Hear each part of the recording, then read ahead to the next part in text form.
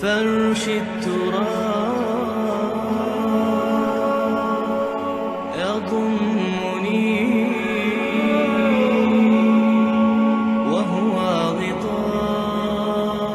اب میں ایک موضوع لے رہا ہوں، یہ جو قربانی کا مسئلہ ہے، اس کے بارے میں ایک زمانے میں تو بہت منکرین حدیث کی طرف سے اس کے خلاف بڑی جو ہے ایک مہم چلی تھی کہ ختم کیا جائے اس کو. یہ خام خواہ جو ہے خرچ ہوتا ہے بہت بڑا اور ضائع ہوتا ہے گوشت، اتنے بڑے پیمانے پر گوشت ہوتا ہے کھایا نہیں جاتا. اچھا ایک زمانے میں فریج بھی نہیں تھے، یہ بھی نہیں کہ آپ محفوظ کر دیں، گوشت ضائع بھی ہو سکتا تھا، اور بھی چیزیں جو ہے وہ گوشت کی وہ صحیح طور سے استعمال نہیں ہوتی تھی. تو اس کے اوپر بڑا پروپیگنڈا منکرین حدیث کا رہا کہ یہ جو ہے قربانی صرف حج کے موقع پر ہے. میں اس کی نفی کے لیے آج آپ کو بتا رہا ہوں کہ سورہ حج کے اندر جو دو رکوع ہیں، ایک چوتھا ایک پانچواں، چوتھے رکوع میں بھی قربانی کا ذکر ہے، پانچویں میں بھی قربانی کا ذکر ہے. یہ ایک دم جو ہے ایک جگہ پر جو دو طرح کی قربانیوں کا ذکر ہو رہا ہے، یہ کیوں ہو رہا ہے؟ چوتھے رکوع میں وہ مناسک حج کے ساتھ اس کا ذکر ہے.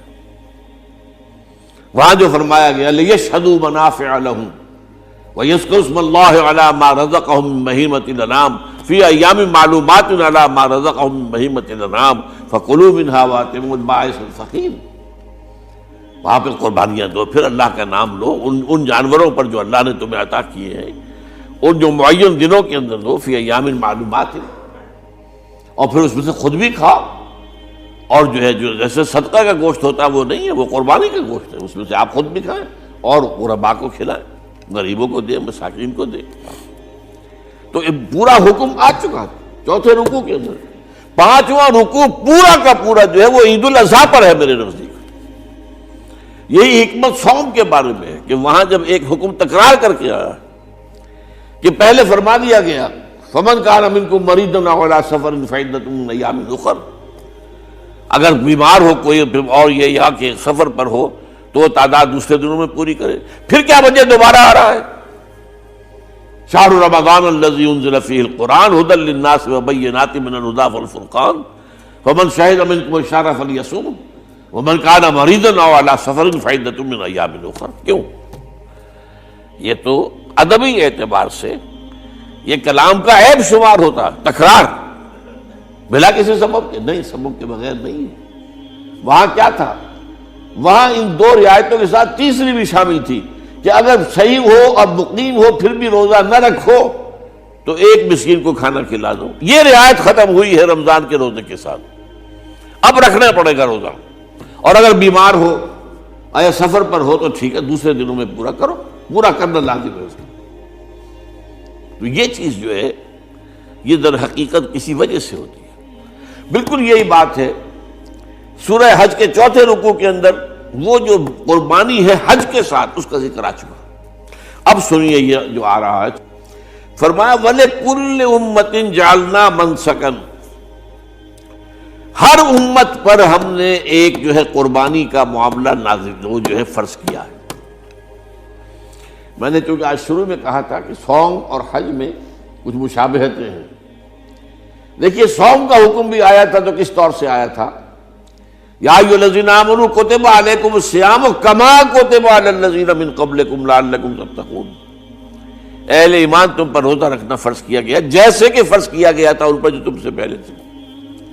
یہاں پر اسی حوالے سے بات ہو رہی ہے کہ اے مسلمانوں یہ قربانی صرف تم پر فرض نہیں کی جا رہی، یہ تو ہر امت پر، ہر نبی ہر رسول کی امت.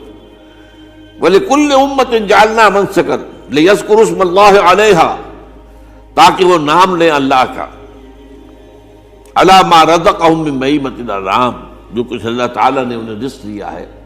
یہ چوپائے جو ہیں حیوانات قسم کے، ان پر اللہ کا نام لے کر چھری پھیری جائے، اللہ کے نام سے ان کو ذبح کیا جائے. فَإِلَٰهُكُمْ إِلَٰهٌ وَاحِدٌ فَلَهُ أَسْلِمُوا. تو یہ جان لو کہ اس قربانی کی اصل روح کیا ہے؟ وہ یہ ہے کہ اللہ تمہارا ایک الہ ہے، اسی کے سامنے تمہیں سر جھکانا ہے. یہ روح تقویٰ اگر نہیں ہوگی تو یہ قربانی بے معنی ہو جائے گی. نماز و روزہ و قربانی و حج یہ سب باقی ہیں، تو باقی نہیں ہے۔ جب اللہ تعالیٰ کے ساتھ تعلق نہیں ہے تو یہ ساری چیزیں ریچولز بن جائیں گی۔ اب یہ بھی ہوتا ہے، 20 ہزار کے بکرے جو ہیں وہ لوگ لیتے ہیں، پھر ان کو گھماتے ہیں، پھراتے ہیں، ان کے اوپر ریشمی چادریں چڑھاتے ہیں، ان کو جو ہے وہ مہندی لگا کر، بہرحال وہ چیزیں جو ہیں یہ اظہار اس طرح کا یہ تو پسندیدہ نہیں ہے۔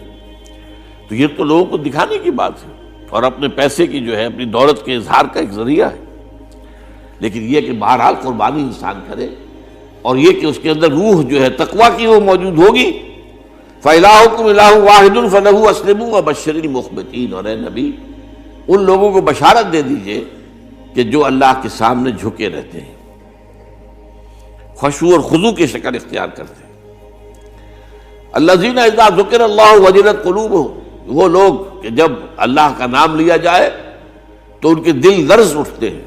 وَالصَّابِرِينَ عَلَىٰ مَا أَصَابَهُمْ، اور صبر کرنے والے جبکہ اس چیزوں پر کہ جو اللہ کی طرف سے ان پر آ گئی، وہ مصیبتیں، کوئی تکالیف۔ والمقیم الصلاۃ، اور نماز کو قائم کرنے والے۔ ومما رزقناہم ينفقون، اور جو کچھ ہم نے انہیں دیا ہے اس میں سے خرچ کرنے والے۔ یہ ایک نظام ہے پورا کا پورا جو اس آیت میں بیان کر دیا گیا، اس کا ایک جز جو ہے وہ یہ بھی ہے وَلِكُلِّ أُمَّةٍ جَعَلْنَا مَنسَكًا، یہ قربانی کا معاملہ جو ہے یہ بھی ہم نے ہر امت کے اوپر فرض کیا، ہر امت جو ہے اس کے اوپر لازم کیا گیا، اور اے مسلمانوں آج تم پر بھی لازم کیا جا رہا ہے۔ وَالْبُدْنَ جَعَلْنَاهَا لَكُم مِّن شَعَائِرِ اللَّهِ، اور یہ جو قربانی کے اونٹ ہیں، یہ خاص طور پر چونکہ عرب میں تو اونٹ کی قربانی ہوتی تھی، دوسرے جانور تو وہاں کم ہوتے ہیں، اور بہرحال ان کی قیمتی متاع بھی اونٹ ہے۔ وَالْبُدْنَ جَعَلْنَاهَا لَكُم مِّن شَعَائِرِ اللَّهِ، یہ اللہ تعالیٰ کے شاعر میں سے، یہ اونٹ جو ہے یہ قربانی کا اونٹ ہے، یہ مکے لے جایا جا رہا ہے، یا یہ بکرے اور یہ مینڈے جو ہیں یہ قربانی کے ہیں، یہ وہاں جا رہے ہیں، تو یہ بھی گویا کہ ایک طرح سے اللہ کی نشانیاں بن جاتی ہیں۔ ان کے حوالے سے اللہ تعالیٰ کا ایک تصور اور اللہ تعالیٰ کے ساتھ ایک ذہنی رشتہ قائم ہوتا ہے۔ لیکن فیہا خیر، تمہارے لیے اس میں خیر ہے، بھلائی ہے۔ چنانچہ جب وہ جاتے تھے حج کے لیے تو جو بھی ان کے ساتھ دودھ دینے والا جانور ہے، قربانی کی نیت ہے لیکن دودھ جو ہے اس کا استعمال کر سکتے ہیں درمیان میں، اور بھی کوئی اگر ان کی کوئی چیزوں سے فائدہ اٹھانا ہو، لکم فیہا خیر۔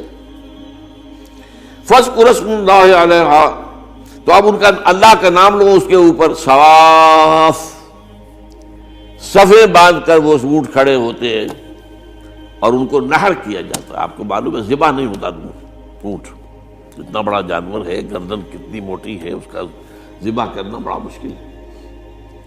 نہر کہتے ہیں اس کو۔ کھڑا ہے اونٹ اور ایک برچھا، چھوٹا سا برچھا ہے جو اس کے یہاں گردن کے یہ جہاں آ کر دونوں ہنسلیاں ملتی ہیں وہاں پر مارا جاتا ہے، اور یہاں سے جو بہت بڑی وین ہے وہ در حقیقت ایورٹا، وہ جو ہے ختم ہوتا ہے، تو وہاں سے خون کا پھر فوارہ آتا ہے، اور اس کے بعد پھر وہ اونٹ کھڑا کھڑا وہ رفتہ رفتہ اس کا جب خون نکل جاتا ہے تو وہ کمزور ہو کر نیچے گر جاتا ہے۔ یہ نہر ہے۔